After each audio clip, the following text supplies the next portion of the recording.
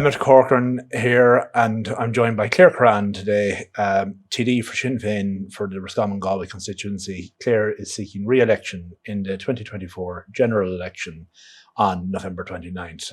Great to have you with us, Claire. How are you keeping? Thank you, Emmett. I'm good. Good to be here. Nice to have you. So, Claire, this is part of the series of videos and podcasts we're doing over the election cycle, giving all the candidates an opportunity to, I suppose, talk to the public directly, talk to the Roscommon people and see what it is that reveal something a little bit more about themselves, I suppose. We know what the policies are, we know what the priorities are, but you've been TD now for 4 years, am I right in saying that? Yes. So before you were a TD, what was life like for Claire Kerrane? Well, you'll probably know I had ran in 2016 unsuccessfully. That was my first time to ever run for elected politics. And that was a very different general election to 2020, because in 2016, I was in my teacher training. So I trained to be a secondary school teacher, English and CSP, and then the new politics subject that came in later on for Leaving Cert. So I suppose that would have very much been the road I would have travelled down, post-primary teaching. But then after the general election 2016, I wasn't elected. I went at that point to work in Leinster House as the policy lead for social protection for the party. For Sinn Féin. Yes, and I worked there from 2016 to 2020 until that general election was called. And I suppose before that, I went to college in Galway. I had a great time, went to NUI Galway, a great place to go to college. I had worked for a time with Luke Ming Flanagan, who's a good friend of mine. Luke, in the middle. And yourself there, Yes. Luke, of course, at the time being the independent MP, Yes. and continues to be the independent MP for Yes. Midlands North West. Yes. How long were you working with Luke for? He was a TD at the time. I think it was TD at the time. 2014. So it was basically to cover maternity leave. I was in between college.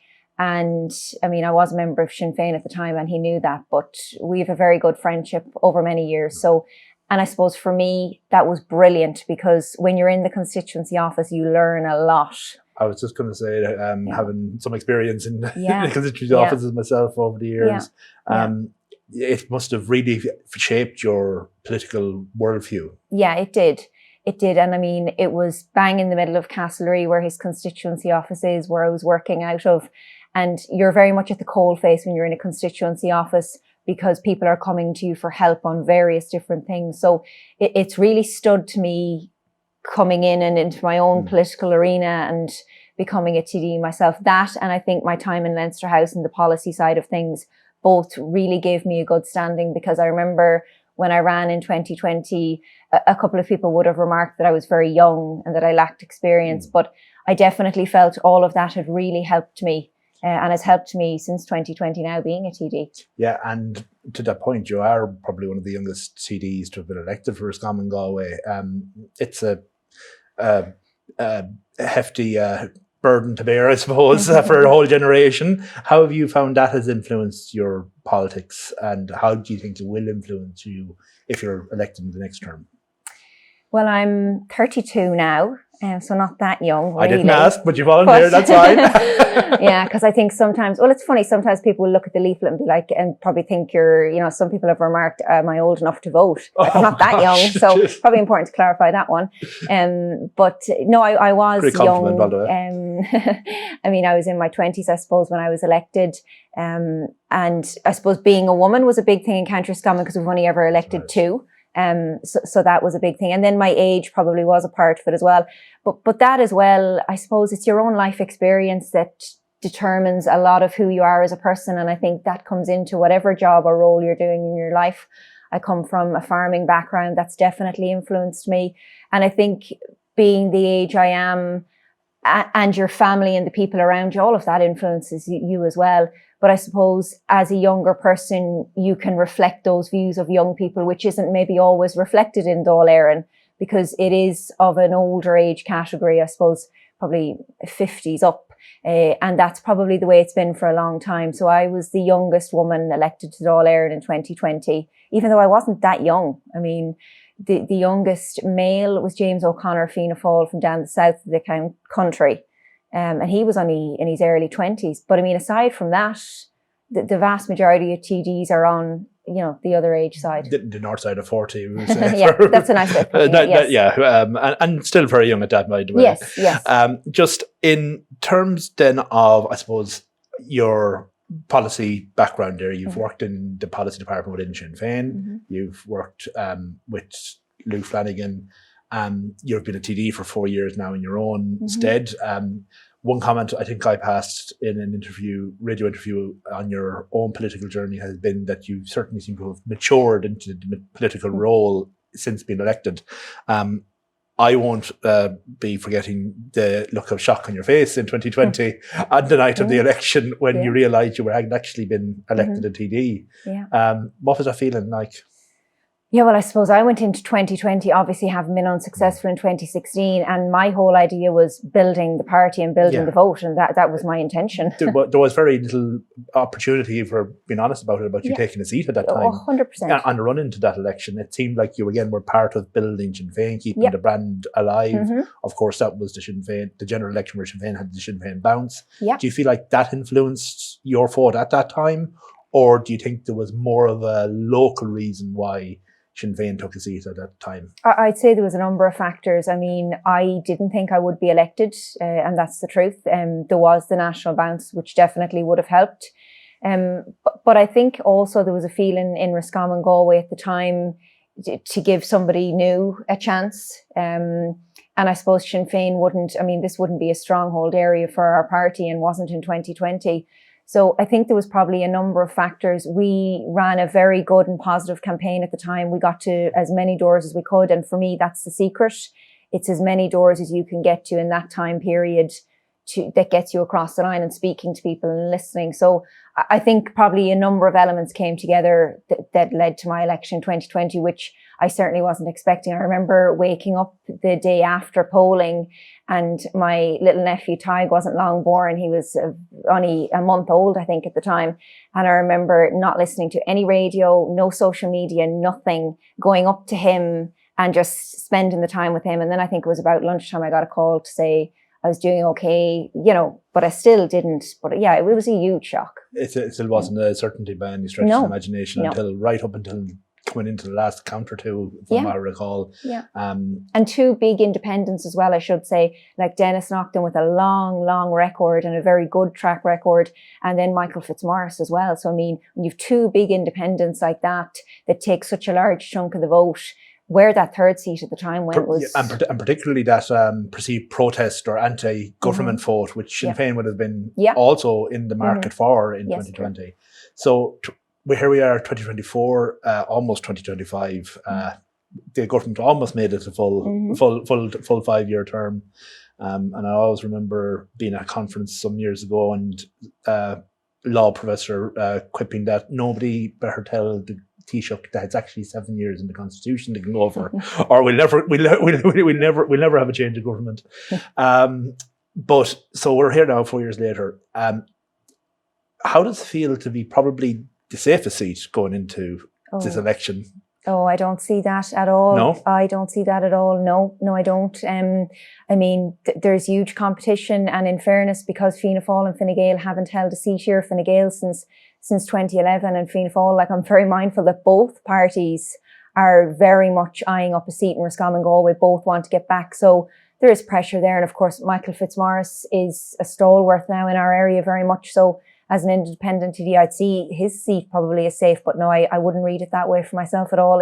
It's an uphill battle and it's a challenge. But the way I've looked at it, Emmett, and the way I look at it now is I've given the 4.5 years everything, and I've worked hard, and that's all I can do. And what's done is done now, and what will be. And it's the people who will decide. But I'm going into it knowing that I've given it my best, and that's all you can do in life. That's most anyone can be expected to do in life. I suppose to kind of move towards some of the more election-specific topics. There's been a couple of pieces of legislation over the last number of months, particularly around hate speech, and the so-called hate speech bill, which, after some compromising by Fine Gael and Fianna Fáil, was passed in a reduced form. Something that has really been evident in the last 6 months to a year has been the level of vitriol online, the level of misinformation spread online. Your own hometown of Ballaghaderreen has been subjected to quite a bit of this in the last couple of weeks alone. Do you feel, as a politician, that there more needs to be done in terms of controlling the online abuse of any public figures, but anyone at all online, but in particular politicians? Do you know what? I suppose as someone that's been involved in politics, I joined Sinn Féin at 18, so 10 plus years, I can see myself, it has changed dramatically online. Even in the last 4 years, perhaps people would even point COVID and say post-COVID, they've noticed that shift. But I would love to see more done, but how much more you can do, I'm not overly sure, because it's the individual actions of individuals, which is very hard to control. And on the online world, it makes it even more difficult. And these are lots of people that would comment things very quickly, but wouldn't say it to your face. I would love to see it targeted and tackled an awful lot more, because it is really difficult and it is challenging. I remember my mother saying to me a couple of years ago, I look at your videos, I look at your posts, I never look at the comments. And I suppose for me, it's something I've tried to learn to be a bit stronger. And sense, because it does get to you.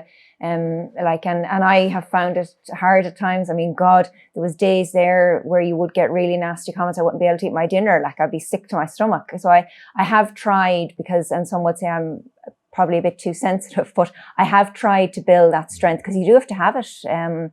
It's the online world can be very, very nasty, but then the other side of that is, and in the role itself, I've also learned there's so many more good than bad out there, and the vast majority are good. But I think there is an issue online with the social media platforms, and I think they need to be an awful lot more responsible than they are. Lots of them are headquartered in Ireland, and I do think they need to take their responsibilities far greater than they do. And I'm hoping the Commission Man will play a part in that now, and that more can be done. But I think it should be. I think it'll discourage people coming into politics. It's already hard enough to encourage people in, but I think the online world will make it a lot more difficult. Yeah, and maybe we've seen that as a common trend across the globe, not just here in Ireland. From your own experience, so you've said you've worked a lot on developing your own personal strength, is the word you used there.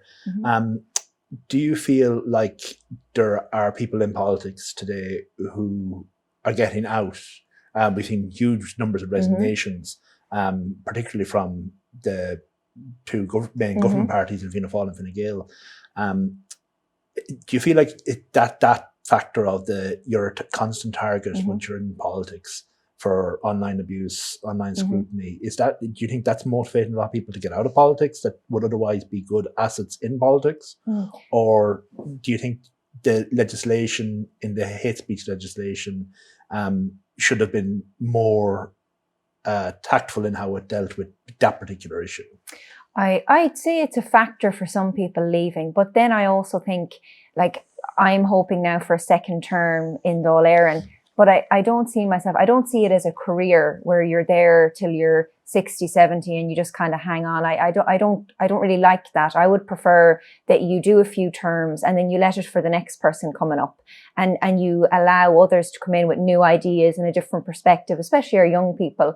So I don't see it as something that you remain on and on and on forever. So that could be part of a cultural change in Irish politics rather than specifically motivated by any one factor. Yeah, exactly. But I do think the online world and how it's changed, I definitely do think that is a factor for people leaving. I remember when Leo Varadkar announced, and people would have said at the time when he announced that he was resigning and stepping down, and people were kind of saying at the time, oh, there's something to come here now and there's something going to come out. And look, maybe there will, but I definitely sat back at the time and thought, God, I can see why. Well, yeah, and I suppose to be fair, there's no suggestion that anything will come out in relation to Leo. Not at all. But you're right that prevailing sort of, there has to be more to these kind of things, and that gets legs. I'll often recall somebody saying to me, once upon a time you used to be able to pick up a newspaper and read it cover to cover knowing that every word was fact checked by somebody in a position of responsibility. Now you open up your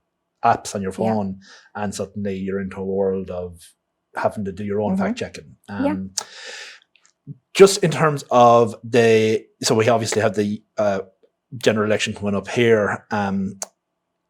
Could I draw you out on a comment on how you feel like your American elections went in the last few weeks? or am I asking a question I think most people know the answer from a Sinn Féin TD in any event? Well, do you know, I think overall it was nearly the lesser of two evils in what Kamala Harris was doing. I mean, I don't think she was the be-all and end-all, but I suppose if you were to choose one over the other, that's who I would have much preferred to see go into the White House. I mean, I think now with Donald Trump's re-election, and it was an incredible feat. I mean, to come back after losing to Joe Biden the last time and to come back and take a second term as the US president, I mean, no one can take that away from him. But I suppose for us and for the whole world, it's concerning as to what the next days, weeks and months will be when he does take up office in January. I mean, it's that level of uncertain in a world that is already so uncertain.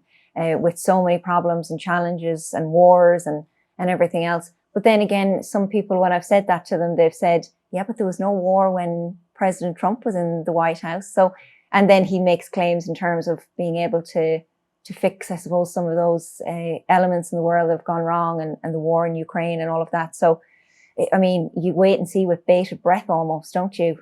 I mean, what will the result of all this be? It's and obviously there's been a focus on Ireland in relation to our corporation tax and whether he will try and take jobs and maybe make America more palpable, I suppose, or, you know, more attractive to investment and to jobs. But we'll just have to see how all that plays out. I mean, that didn't happen the last time he was in the presidency. But I think for an awful lot of people, it's just the worry of what will he do and what will happen. And I suppose on a macroeconomic scale here in Ireland, that is the real factor that the American elections impact Ireland in relation to his foreign direct investment here. I know American presidents, particularly Trump, have been saying, get all these American companies to bring their money back to America, get them to bring it back home. But you know, Ireland needs that money more than America does at the moment. Do you feel that Sinn Féin government being a change in government would affect the status quo negatively on the international perception of Ireland? Or do you feel that there's more of a already kind of established Ireland as a brand who's in charge is less important than the people that are here? Well, in the first instance, I suppose Ireland is a brand in that we educate to the highest level, and that's well known. We've well educated, highly skilled young people and graduates in our country, and that's known worldwide. But in terms of our relationships, I mean, Sinn Féin, my party, have a long-standing and good relationship with America, with Australia, with Canada. Our health policy, which was recently published, that was done in conjunction with people in New Zealand, Australia, America. So we work internationally as a party. We've decades-long relationships with the Palestinian people, for example, and we would have good relationships with business and with people in America. So I wouldn't be concerned about that. And I do think, regardless of who's in government, Ireland, I think, can stand on its own 2 feet in a big way on the world stage, and it does. And I think our graduates and what we provide to the world in terms of right across the board, healthcare, all of our teachers and nurses that go abroad, I think we're well able to stand on our own 2 feet. But internationally, I don't think there's any cause for concern. We're in government in the north of Ireland. It hasn't had any kind of an impact internationally or anything else. So that wouldn't be a cause of concern. I don't believe it should be. And that's a natural segue, I suppose, to a united Ireland. Is that something you'd like to see happen in your time in politics? Absolutely, it is. It is. And I think if you look at a map of the world and you see Ireland on the edge of Europe, no neighbours one side at all, the Atlantic all the way to America, I mean, it just doesn't make sense, a population that we have to have back-to-back tax, education, currency, health systems on a small island. I've never believed that. I think if you look at it literally just through that angle without any wishes or wants for a united Ireland, I don't think it makes sense. And I think if we could create a new Ireland where you have a new everything and you take the good and the bad and you create something new, I think we could have an incredible a 32 county republic. And would you see that as a 32 county republic within Europe, or one that would probably have to make more compromises than perhaps those in favour of United Ireland would initially think of, in terms of what that would mean in terms of changing the national anthem, and as you say, a new Ireland of sorts, where it would be a United Ireland, but for it to be practical and pragmatic, would probably look very different to the Ireland that we live in at the moment. Yeah. Would that be fair enough? Yeah, and I think in terms of Europe, we know that it's already agreed that if there was to be, and when there is a United Ireland, that the North can go back into Europe. So I mean, I would see us as one island being in Europe. But then in terms of everything else, it has to be that discussion, and it will be compromise. And that's why we're looking for a citizens' assembly on a United Ireland. So let's go away and look at everything. And let's see where do we need to compromise? What could it look like? But it's not about a referendum tomorrow. It's about doing the work, having the conversations. What would our health service look like? What would our economy look like? There's a lot of work to do, and it's not a quick referendum. But I believe, and for us, we would be very firmly saying, let's start that work. Let's start those conversations. And I think in terms of compromise, I mean, Michelle O'Neill taking up the post as First Minister, which was never, ever, ever to happen. A Republican was never to hold that office. And that's the way the North was set up. But I mean, she said she would be a First Minister for all, and she has done that very much so. So I think we've shown we can compromise, we can be adults, we can get around the table. But I would love to see the conversations happening, because I think we can create something really special as a 32 county republic. And I think that can be win-win for everybody on the island. Okay, so in terms of Sinn Féin being in government in the North, your own 8-year now past with, 8-year history working with Sinn Féin, both in policy and politics as an elected representative. And I believe you said that you joined Sinn Féin at 18 years of age, so that was a very quick decision, very early off the bat. In reality, if Sinn Féin are in the next government, you'd be eyeing up a ministry. Would that be fair enough to say? I'd be eyeing one up. Well, I do often think as a TD, you have so less of a life. It's your whole life, and that's what it becomes, and that's fine, and that's what I've done, and I've loved every minute of it. But then I do think, God, if you're a minister, what else would you have? What would you see your family? But look, I mean, of course it would be an honour, and we know that when ministers take up roles, that's when you can make the most change, and that's when you can actually make the change and work to make whatever department you're in better for the people that are there. That's what it's all about. What department do you think you'd like? Oh, I don't have a clue. And I wouldn't be, I mean, my dad would say agriculture, because he would, he'd think there might be a few pounds in it for the farmers in the West. But no, I don't know. To be honest with you, I haven't thought about it. Genuinely, I haven't. I'm not one of those people that's like, oh, I really want to be the party leader, or I really want to be a minister. I want to represent the people of Roscommon and Galway. I've loved every minute of it. And for me, it's about helping people and working hard and trying to deliver for the constituency. Deliver for the constituency. Okay. So I suppose in terms of what's happened in the constituency recently, and you've raised a lot of these issues yourself in recent weeks, in terms of health and the lack of step-down facilities in Roscommon. I suppose we just take that one isolated, because I suppose people like concrete examples. Yeah. We can talk in generalities about, or generalism about, how to address health and mental health. And we know these are all issues. As I heard Vincent Brown say one time, he says, we all know what the problems are, what are the solutions?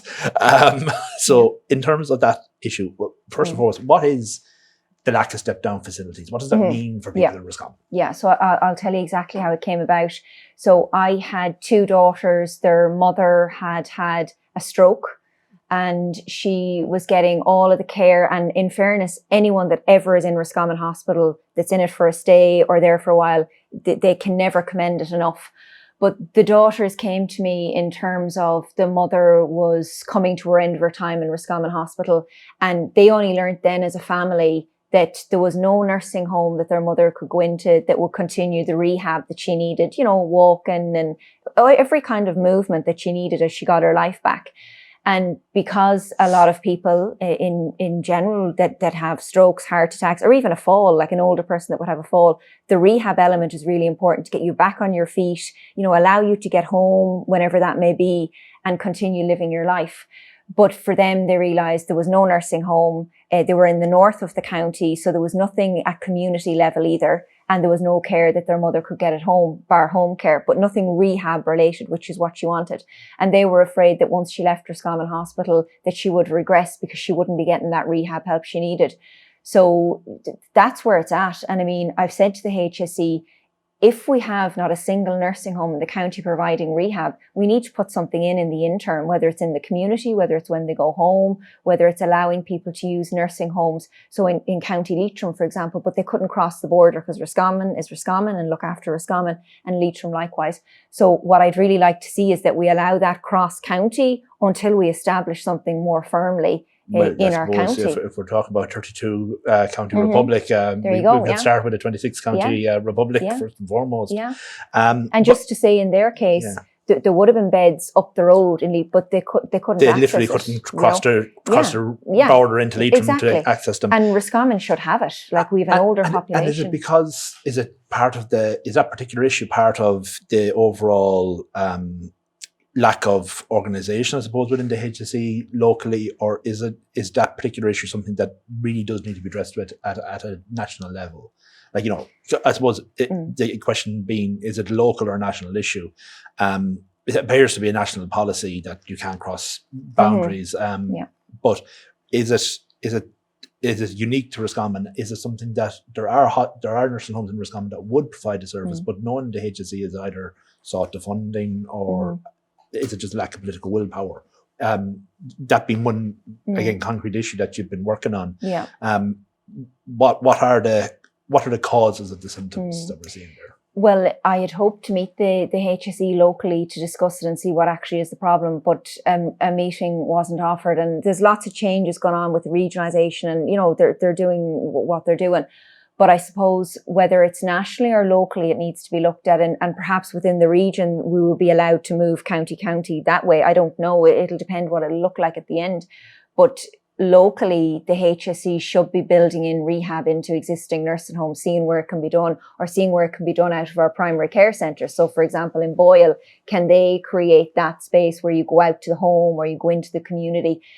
But it's just not there, and it's really concerning for people coming out of the hospital. And then in other cases, they want to stay in the hospital even though they're dying to get home, but they need the rehab, so they really do want to stay. And that's putting pressure on the hospital and the staff there and the family and all of that. But I suppose whether it's local or national, we need to look at making sure that we have step-down facilities in our county, and that you're not just reliant on one hospital in the entire county for rehab. I mean, look, the amount of people that, even if you fall or you have hip surgery, it's really, really important. You're left without any local facility, essentially. Yeah, to get you back on your feet, And is that an issue that you think can be is it a matter of political willpower, or are there underlying sort of institutional factors there, such as human resource lack of human resources, lack of physical built environment, etc.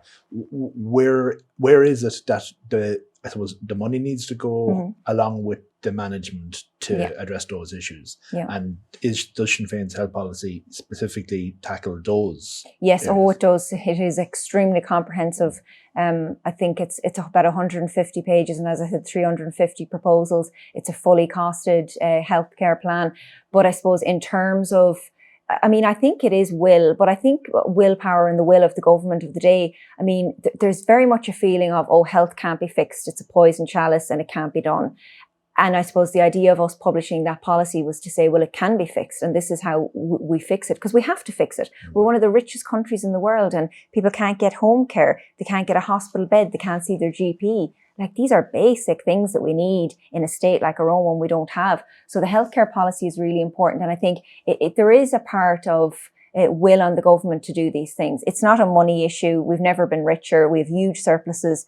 But I think another part of it as well is we are educating to the highest level our healthcare professionals, and they cannot get out of the country quick enough in an awful lot of cases. They don't want to work in the health service. Yeah, that's what one particularly concerning statistic I came across in the last number of weeks, is that we trained in one of the recent years, we trained over 700 doctors in Ireland. They graduated, and over 430 emigrated.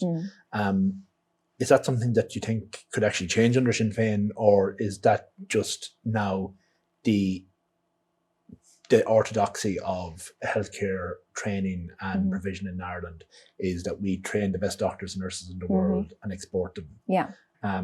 And if it can be dealt with, how long do you think it will actually take to, in reality, to see the sea change that will be required to reverse that trend? Yeah. So a couple of the things we're proposing in terms of our new graduates is, number one, a job guarantee. So you get a permanent contract. We have some nurses that are coming out now and they're doing a few hours here and a few hours there, and therapists as well. They have major difficulties in terms of career progression and contracts. So the job guarantee is really important to say, if you remain here, you will get a guaranteed job. Similarly for GPs, we're looking at directly hired GPs via the HSE.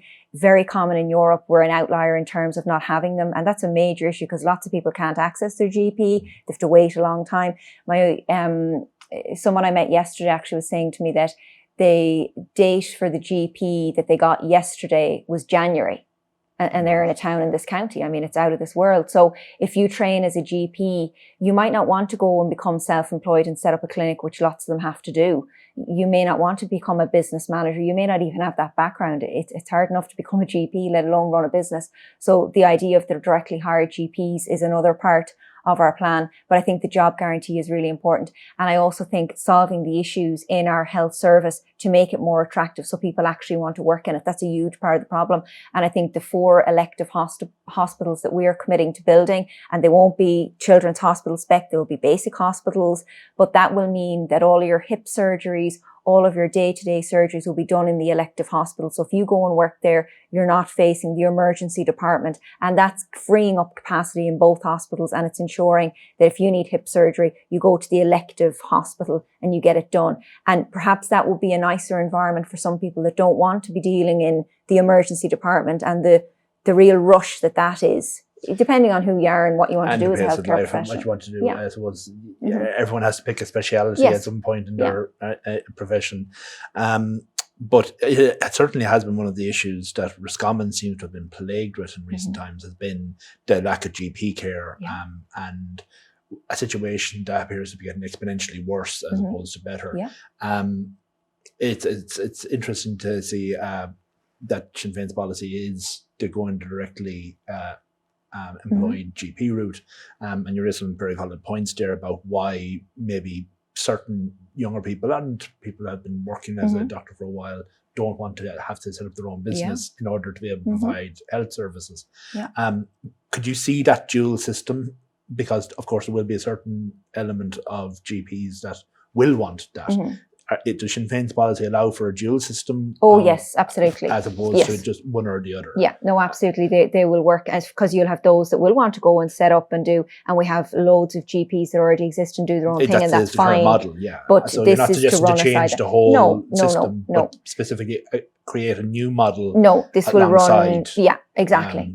And it'll provide an opportunity for where a town maybe needs another GP and maybe there's no GP coming, or there's no GP wanting to set up. And you look at areas where maybe it's not viable for a practice to set up. Maybe the GP is left, retired, and they haven't been replaced. Like, they're the kind of areas, particularly in rural areas, that you would be looking at, because in some communities, when the GP is going to retire or about to retire, there's absolute panic. And in every case, they won't always be replaced. So it's about looking at those areas with most need and starting there in terms of the directly hired GPs. And again, remember, our policy is on the back of about 200 to 250 meetings, and that includes GPs, the INMO, the IMO. They've all fed into what our policy looks like today, and that's important as well, to make sure it's actually feasible and doable. Yeah. I suppose to another big area that's a pain point for a lot of people is obviously housing. Another area where Sinn Féin, I suppose, would see themselves as being very different to the establishment parties in their approach. But I suppose to keep it local, there is, I'm sure as a local entity, you're suffering this on a weekly basis, that there seems to be a real problem with the planning processes in Roscommon and actually getting planning permission.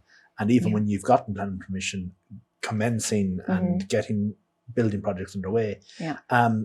Now, a lot of the blame is pointed at the National Spatial Strategy, or I think maybe perhaps was called National Planning Framework at some point. where do you see that as being an issue in terms of it? Because it is certainly affecting Roscommon disproportionately to other counties in the region. Mm-hmm. And that's anecdotal, but Mm-hmm. to be fair, when you just talk to enough people, you see it. Yeah. How do you see that could be addressed? And you're right. And people say it to me at every level, from planners to architect to builders to people just trying to build a home and get planning permission. I mean, the biggest issue we have is every county is a law unto themselves in terms of what they determine is right or wrong for rural planning guidelines. So in Roscommon, we have a county development plan, and then there are a set of specific rural planning guidelines, the shape and size of the window, the kind of trees you plant outside. It's a whole rigmarole in terms of what you're required to have and lay out in terms of planning permission for a rural one-off house. The rural planning guidelines that will set the marker for the entire state, so it'll be one set of principles and rules for everybody, not one per county, has sat now unpublished for about 2 years. We really need to see those guidelines because they're going to have a uniform approach. So where the approach Roscommon or otherwise for Sinn Féin is your solution is that a centralised approach is the way to go here. Have a centralised government policy on what is acceptable for one-off housing, what the requirements are, and any presumably all development, not just one-off housing, or is it just specific to one-off housing? No. It'll be housing, the Department of Housing, which is overall everything anyway, and overall all of the schemes.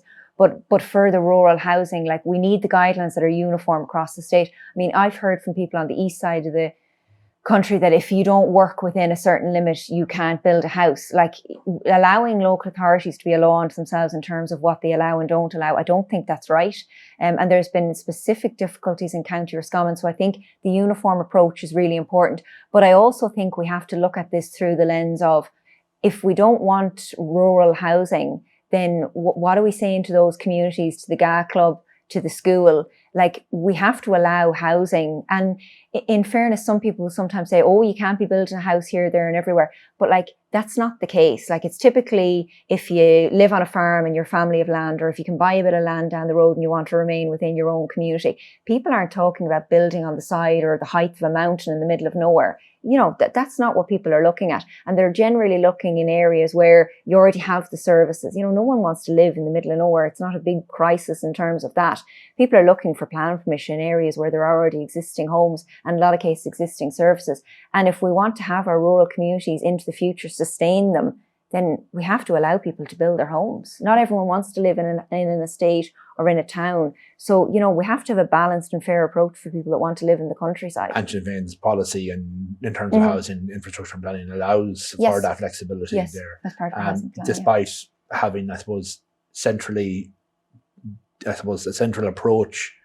You're saying here today that a central approach will actually make it easier for people to build, absolutely, as opposed to, because it's not one local authority says yes or no based on whatever they suit themselves. Like, that's the way it is now. Every local authority is different. And is there the possibility that they could have the opposite effect, that it might actually make it more difficult to build in some places where it's actually easier to build at the moment? Well, if you're coming from the perspective that we need to have houses and homes and allow them to be built in rural communities to sustain our rural communities, I think if that's the lens and that's the perspective, which is ours, then there shouldn't be the problems that we have now. And I think if you have the uniform approach as regards rural guidelines, which won't be really nitty gritty details as regards the shape and size of your windows, that will be a uniform national approach. But then down on the ground at our local authority levels, the perspective has to be, we want to allow people to live.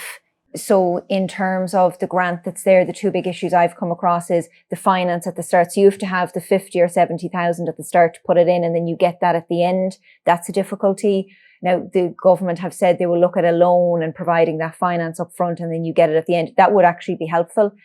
But the second issue has been the 13 months in which you have to have your work finalised. And I've had a few young couples come to me to say, look, we can't get the electrician out. Because tradespeople are under a lot of pressure. They're really busy. So I think that time period in which you have to have everything done and complete of 13 months, I think that needs to be looked at as well, because people are struggling to get tradespeople in and get the work done. But on the whole, policy that appears to be heading in the right direction. I think it's an important grant. We've shown how we would draw it down a different way in terms of looking at the local authorities taking on a lot more of these homes, particularly in towns where people don't necessarily want to take them on.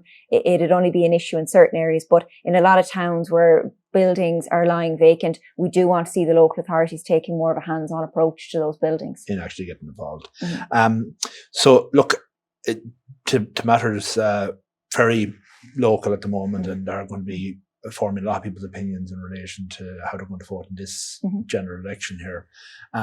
Ballaghaderreen has been a flashpoint in recent weeks, with the local community getting both criticism and congratulations for how it's handled a number of alleged criminal offences in the town. There has been a lot of conflation online and trying to blend that issue amongst various ethnic groups. And I'm conscious here not to fan any flames that of misinformation are out there. As a TD living in Ballaghaderreen and originally from Ballaghaderreen, what is the state of play there? People have asked me, what's happening locally. Of course, you speak with councillors, you speak with community activists. But Ballaghaderreen is a community that appears to be somewhat on the brink of having done almost too much of its own for its own good in a sense of perhaps growing more quickly than could be expected. What are the general concerns that are out there, and what are the updates on the current policing situation in Ballaghaderreen as well? Yeah. So I think a couple of things have kind of come together in terms of Ballaghaderreen. So one is the fact that we have been seeing Syrians arrive since 2017. So the EROC Centre, it was one of the first reception centres open in the state. And people will remember back in 2017, Ballaghaderreen, in fairness, was one of few towns that gave the Céad Míle Fáilte, and there was a big welcome. But what transpired after that was the fact that the resources and the supports didn't follow. I was elected in 2020, and I think about 10 times on the floor of the Dáil between the Taoiseach, the Tánaiste and various ministers, I've raised the issue of not following through with the resources. So the towns and the villages in our county do their bit. They give the welcome and they do their bit. And then the government let them down by not providing the services that that town needs. When you increase a population, whether people are coming from Dublin or Ukraine, if the population is increased, you need more services and you need more supports. And I have said to both the Taoiseach and the Tánaiste so many times, and to me, it is not rocket science. We're putting 100 people into a town here. What do they need in terms of, and it's typically just health and education. What's needed? Can we put in a HSE nurse into the local health centre in Ballaghaderreen for a little while? What can we do to support? That hasn't happened. And in terms of that, the government have really, really failed on that score. The recent vigil in the town, which people will be aware of, was putting a focus on the lack of Gardaí, which is an issue I've been raising all year, particularly since the burglaries began in West Roscommon. We have 4 Gardaí and 1 sergeant allocated to Ballaghaderreen, and that is what the Minister for Justice has told me. It's been cut in half in the space of about 4 months. But the problem is, and what I've said to Minister McEntee and to our Chief Superintendent is, if we had 5 Gardaí in Ballaghaderreen, there wouldn't have been a vigil and there wouldn't have been an issue. The problem is they're allocated in numbers that they're there, but they're not there. They're not on the ground. We don't see them, and that's the problem. Now, additional resources have gone into Ballaghaderreen, which is welcome. And if you're in the town, you will see Gardaí. There's much more of a visible presence. And I'm told that will remain on, and it'll be reviewed as we go, but it's there. To a certain extent, are we in the area of a band-aid on a bullet wound in terms of too little too late for Ballaghaderreen? No. That these resources should have been put in place much sooner and never have been reduced in the first place. Yeah, well, look, it's never too late. But as I said, there was a huge failure in terms of the government. And I think it was a great shame because Ballaghaderreen did its bit. And then it's really frustrating when the government just say, oh, yeah, see you later. Like you take the new arrivals and we won't bother to support you. And again, it's like banging your head off a brick wall in terms of that issue. But I will continue with it because it is important. But in terms of Garda numbers, with 167 Gardaí coming out of Templemore in early December, we need to see a good chunk of those coming west. So it's not the temporary solution. It's actually making sure that we have our Gardaí, we have our basic services in our town. It's a huge job of work, but it has to be done in Ballaghaderreen and elsewhere. So a fair summation of Ballaghaderreen's position on policing and the inherent issues of population growth in rural areas, that you can have the population growth, you can have the people move to a region, but the supports need to follow. Yes, otherwise absolutely. you're going to have what we've had a rise in the last few weeks. Yeah, and I also think in terms of that, we do need to watch the numbers. Like, we do need to look at where we are placing people when they're coming into the country, whether they're international protection persons or refugees. And we have to be mindful of that in terms of the existing population, because when you're putting people into an area and it is under pressure, like, that's not helping the existing community or the vulnerable people that are arriving in there. You know, it's not win-win for either group. So we need to look at our immigration policy in a far better way than we have. And again, there has been a failure to plan, because the way it's run to now is, if you have an empty building or you have a hotel, you can make loads of money. You put your hand up and say, I'll take the refugees, or I'll take the international protection persons. You make a load of money, and typically you don't live or even care about the community that they're going into. That approach hasn't worked. And that's why we need to see that state-led approach, where it's not a profit-making racketeer. It's actually looking at the communities that have the supports and services. And if they don't have them, then put them in with the population. So you remove the profit motive from the immigration industrial complex, I suppose, as some have started calling it. Yeah.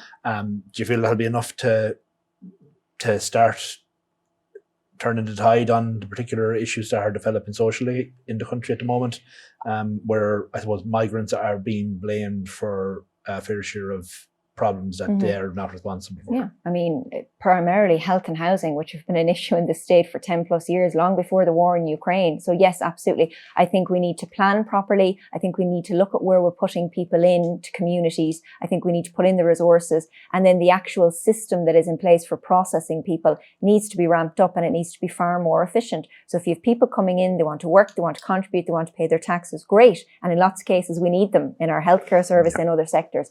But then if they're not supposed to be in the country, then you charge the plane and they're deported. Not this thing of, we've issued 300 deportation orders, we're not sure where they are. Like, we have to have a proper, efficient system that works. That hand in hand with resources. And that statement, which is very mainstream by today's standards, would have been considered a dangerous far rights statement 12 months ago.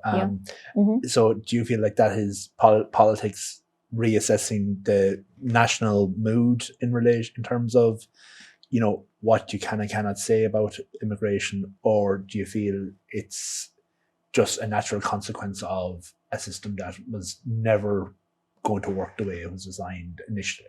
I think we haven't had the efficient enforced system that we should have, and that any modern country should have. And I also think that, we do have to be careful, and we have to be mindful of our language, and us as elected representatives, we have to be mindful of our language. But you also have to be able to have proper functioning systems that, to me, are very basic and normal, and that's what we should have. And if you come into the country and you're to remain and contribute, great.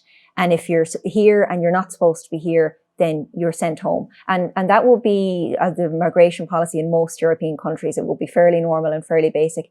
But the problem is we haven't got it right, and this government haven't got it right. And lots of people feel annoyed and angry.